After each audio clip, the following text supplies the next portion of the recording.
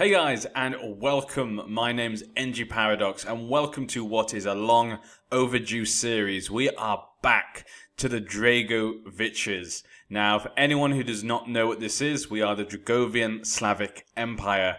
So this is a game that I've taken from CK2, which we played from a very small tribal country into a massive Slavic empire. So if you've not watched that series, there'll be a link in the description to that series. A very long series, really enjoyable. One of my favorite series that I've done, and actually probably the longest series I've done. So if you haven't watched it, please go check it out. If you have watched it, well, what we're going to do now for the beginning, we're going to have a quick just recap over my relationships with different places. I'm going to show you interesting places, because obviously this game was converted from CK2 to EU4. That does mean that there's a few weird things that have happened.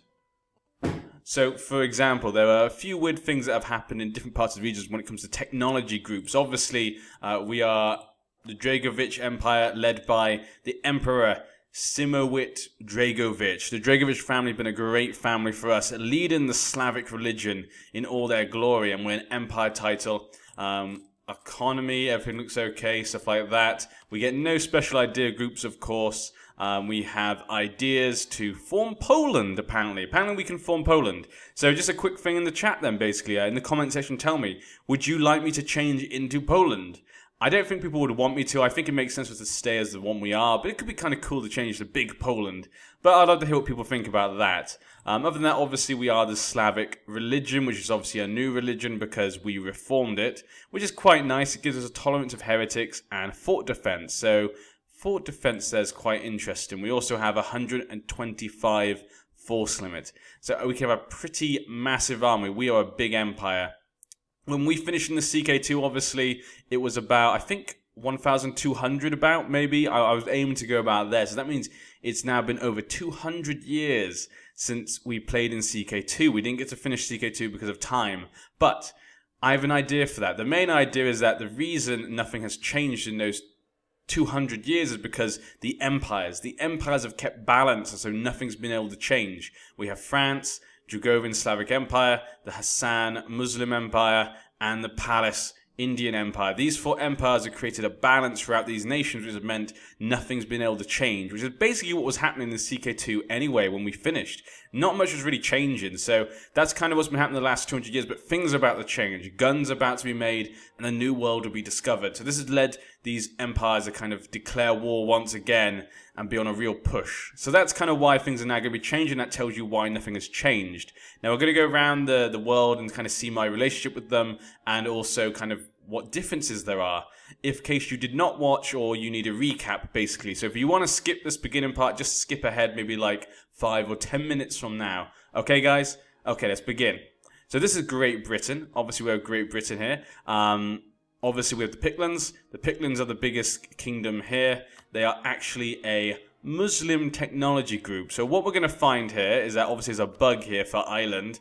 This is only one of two bugs I've seen when it comes to the name. It's only this one and this one here, Lubeck. They're the only two kind of weird things that have happened, which is quite nice. But yeah, so we're just going to say this is Aya for Ireland. But yeah, they're also a Muslim technology group. The one that is basically Wales, they're a Eastern, and East Anglia is also Eastern. So basically, Britain, because of the basically being ignored by the European powers, they kind of became a backwater. They've kind of become a bit backwards compared to these guys, and so have fallen behind in technology. But they do get ignored by these guys. So let's see what could happen for these guys. One of these, like Pictlin, could become quite big. They were a very popular one. A lot of people wanted me to play as them, but in the end, the Dregovians were voted for by you guys. But Pictlin was a close second. Then we obviously have the Iberian Peninsula. The Umayyads are still pretty strong. Only a sultanate, but still pretty strong. Eastern technology group. We also have Aragon, which is actually a Muslim technology group. The Catholic kind of Iberian places are very weak. But yeah, they never really got to reclaim their lands. But the Umayyads are still going on strong. Then in Africa, obviously we have a few northern scattered around here. We have Africa, which is another Muslim technology group, sultanate. And we also have down here Mali, a very big Mali, and interestingly, they're Western technology. So we have a Mali, a very big Mali down here with a Western technology group. That is so cool. Looking forward to seeing what they will do. That could be a really fun one. Next up, we have obviously Italy. We have Lombardy. Now, Lombardy obviously was a good ally to France, obviously both being Christians. So they have been a long rival to us. The ones over here we never really dealt with. We also have the Byzantium over here, the Byzantine Empire. Just two provinces, basically. They also have Sicily as a vassal and Venice. But, yeah, they can't really do much. Next, obviously, we have France, the Slavic Empire's eternal rival, the defender of the Catholics. Basically, they are an empire title led by the Nibelungians. But yeah, they have been a thorn in our side. We've been constantly at war, going against each other. That will probably continue. Next is Scandinavia. Scandinavia has always been splitting up all the time. If we look at the religion stuff, you can see here, you see the Slavic religion is great. Look at that, Slavic. Catholics are still all around here. You've got Sunnis, you've got some Shia also around here, Zoroastrians. There's some interesting ones. But up north, actually, it's Shamanist, because the Norse religion never really got to reform, sadly. So that means these guys are all Shamanists. Now, we know if they all, get together and one conquers all of them, they can be potent. They can be a big enemy. But, oh yeah, here's another one here. Okay, that one, Skane, is also broken. But yeah, but at the moment they're all split apart, so they're really not a trouble. They're more of a nuisance. We kind of see Scandinavia as a nuisance always. Next, obviously, we have us and our neighbors, such as Bohemia. Bohemia is actually led by a Dregovich, so I'll probably want to try and vassalize them, as well as the warriors of Perun. Next, we also have Croatia, another member of the Slavic religion. Maybe try and vassalize them as well.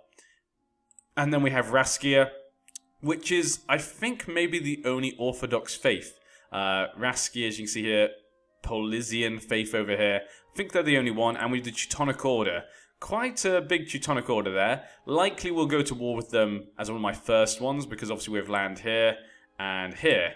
And you guys know that I like to have nice borders, so we'll probably want to go for those two pieces of land. But yeah, the Teutonic Order should not be too much of a trouble for us. Depends who their allies are. But there we go. Obviously, historically, they're up here. But in this one, they kind of took over Greece. Next, we have the eastern kind of Russian lands.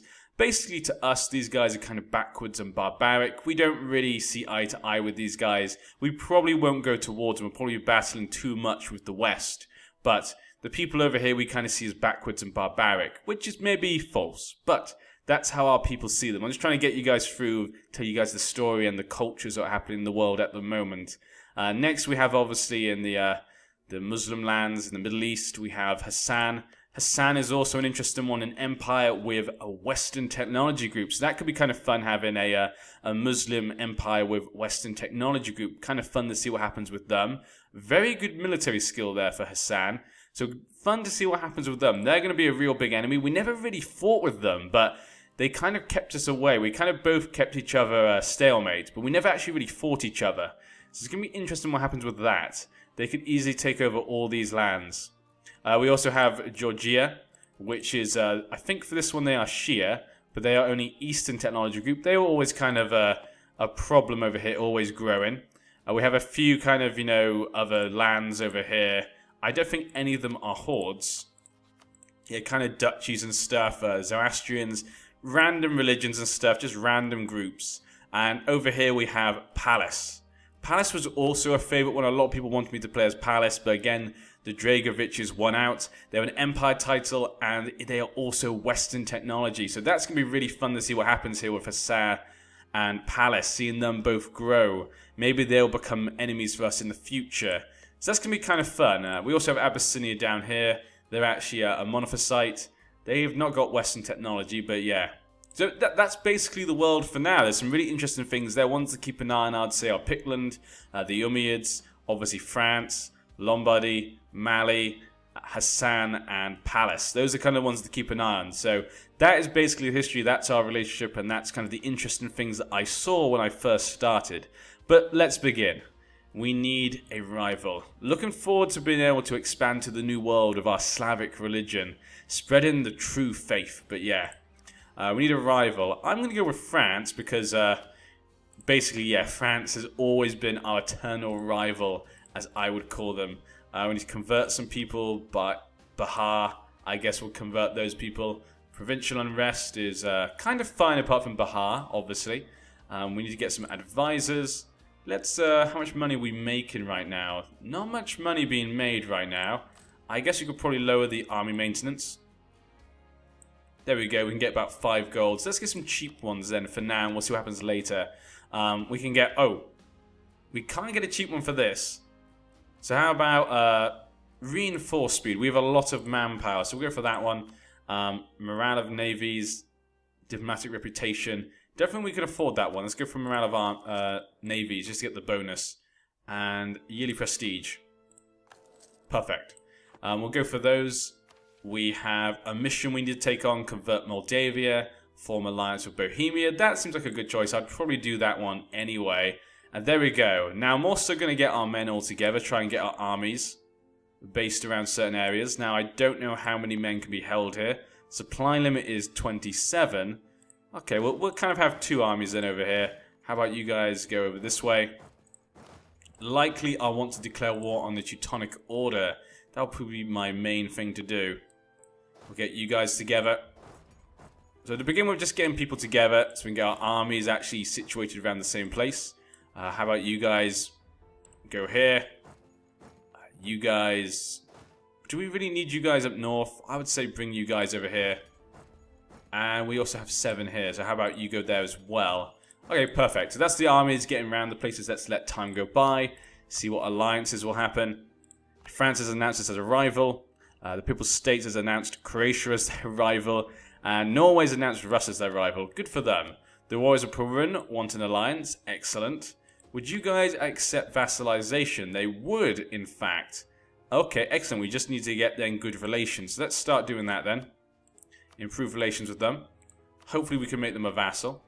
That'd be kind of nice. Get all of the people of our religion as our vassals so we can protect them. The nation of France is claimed the defender of the Catholic faith. Not a surprise there. Let's view our country. Our rivals are France, Hassan, and Lombardy. So basically, yeah, all the people around us. We can have a quick look at the ledger, I guess. So when it comes to the armies, we are far ahead, actually. Look at that. Palace, France are not too far behind, and then Hassan, and then kind of Lombardy, and then all the others kind of trail behind us. But look at that, yeah. Definitely we are the biggest empire in the world, the strongest. The world is our oyster, people. The world is our oyster. And we will take it. But yeah, we just need to get our men ready together so we can kind of get situated, understand how things look.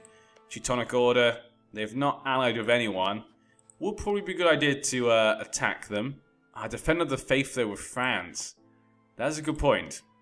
We might have to attack France anyway. How about we get a claim on you anyway first?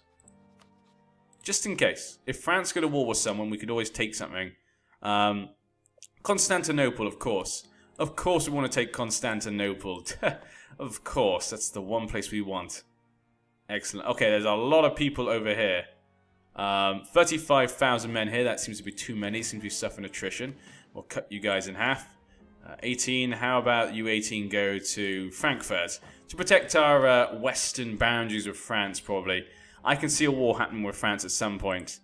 Let's check the trade as well. Okay. So we have a lot of control over Krakow. We have also Kiev. We have a lot of control. The Baltic Sea, we also have quite a bit of control. But we only have 2 merchants. So they're both here. He is putting trade this way. Why? Why would you do that? And why would you send trade this way? What the hell? Collect trade. There you go. Okay. So yeah, he's collecting trade now. How about... That's 82. Yeah, that's the biggest one. How about sending trade this way then? There you go. Perfect. 21, 18, 12. Okay, that looks fine. I think that's fine for now. But it might be a good idea to get some merchants. I think getting more merchants is something maybe we should look into as an empire. We could gain complete control over these lands. But yes, we'll have to wait and see. Do we have any... Okay, we have boats here. Protect trade. Yeah, none of the ones that we really have any things with. So how about we get you guys the mothball then? Let's just click on them then, I guess. Mothball. And mothball. And we could probably turn off the forts. Mothball or forts. Perfect. Now, we should probably go check to make sure that we have a, forts that are in the right places. Let's have a quick look, see if there's any that aren't just in odd spots, like too many in the same place maybe. We can just destroy them. Over here we have like 3. You know what? Those are fine. I'll leave those for now to help defeat France. Up here there seems to be too many, because that one covers all those, but that covers that one, that covers that one, that covers that one. Yeah, there doesn't seem to be a point to have one here.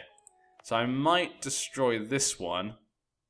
Yeah, let's destroy that one then. Perfect.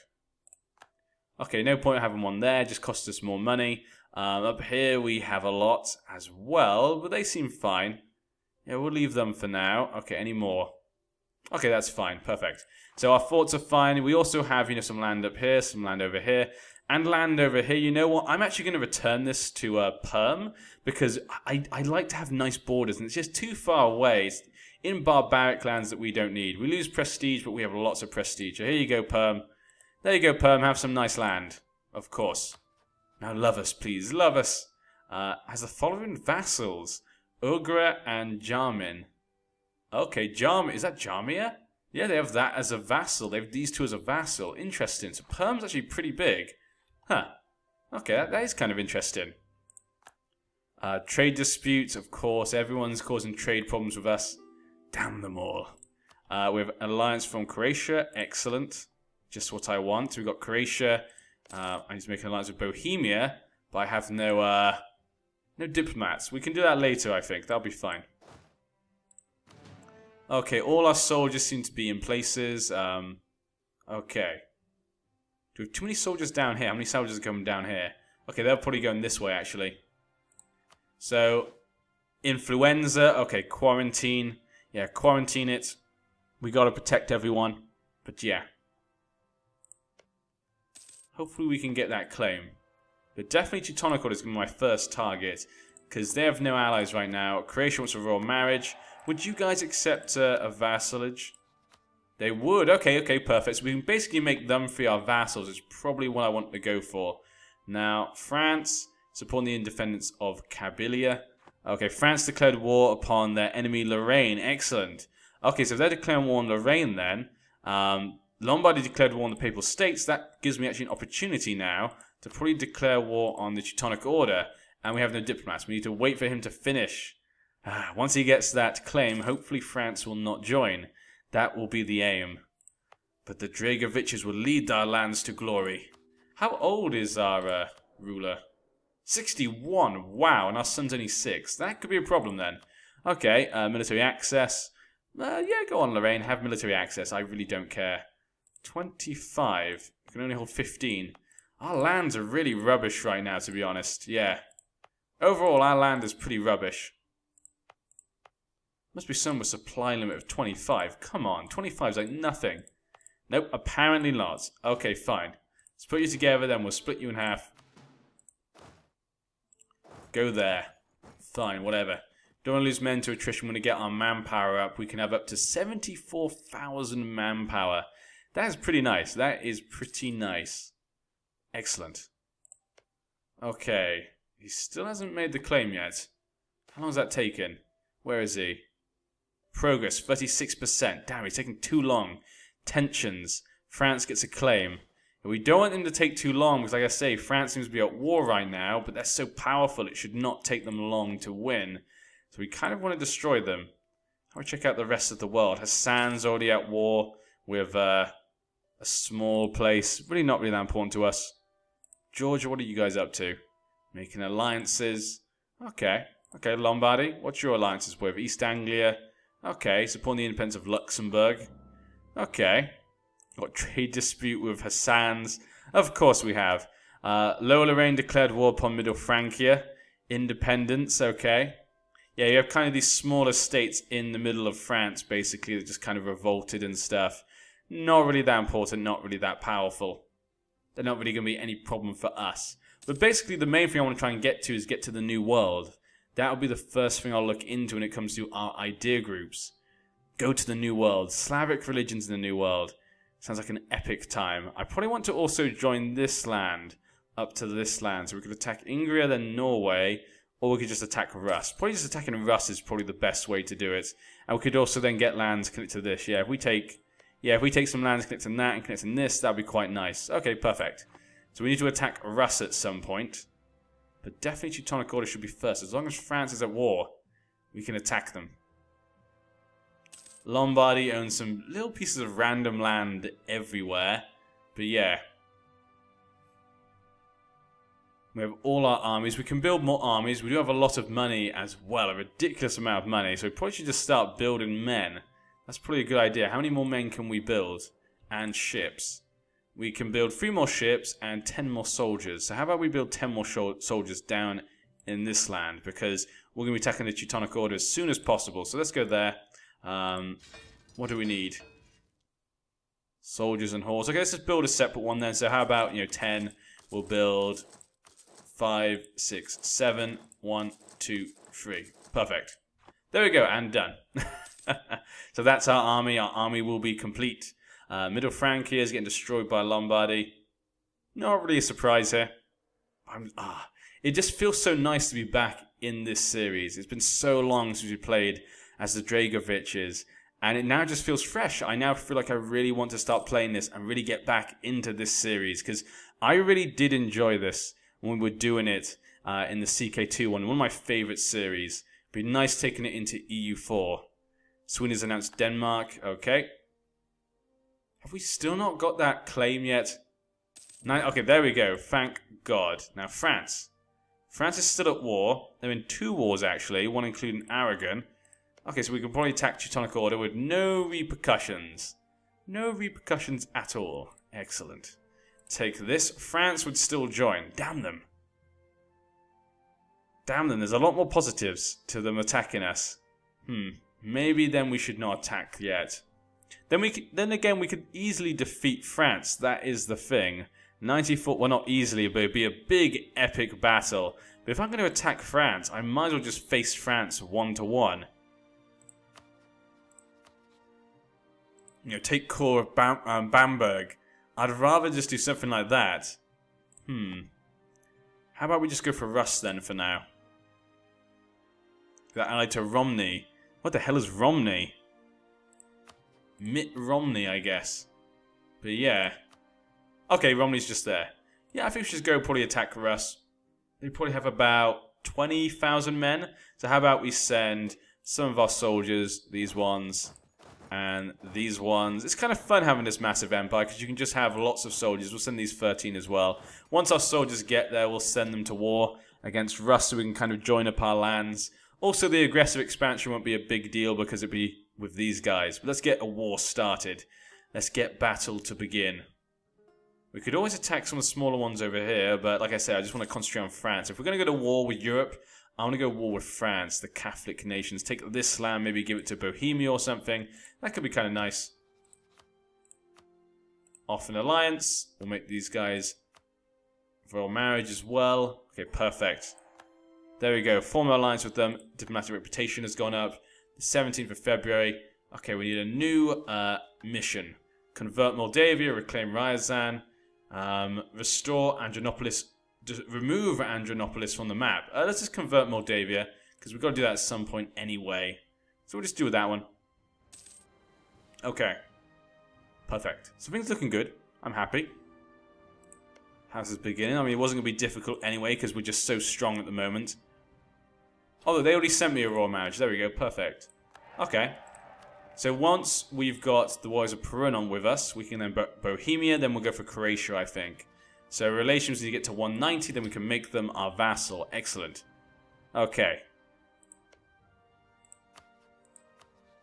Still would join. Okay, we'll wait and see then. I would like to just attack the Warriors of Perunon to get those bits of land.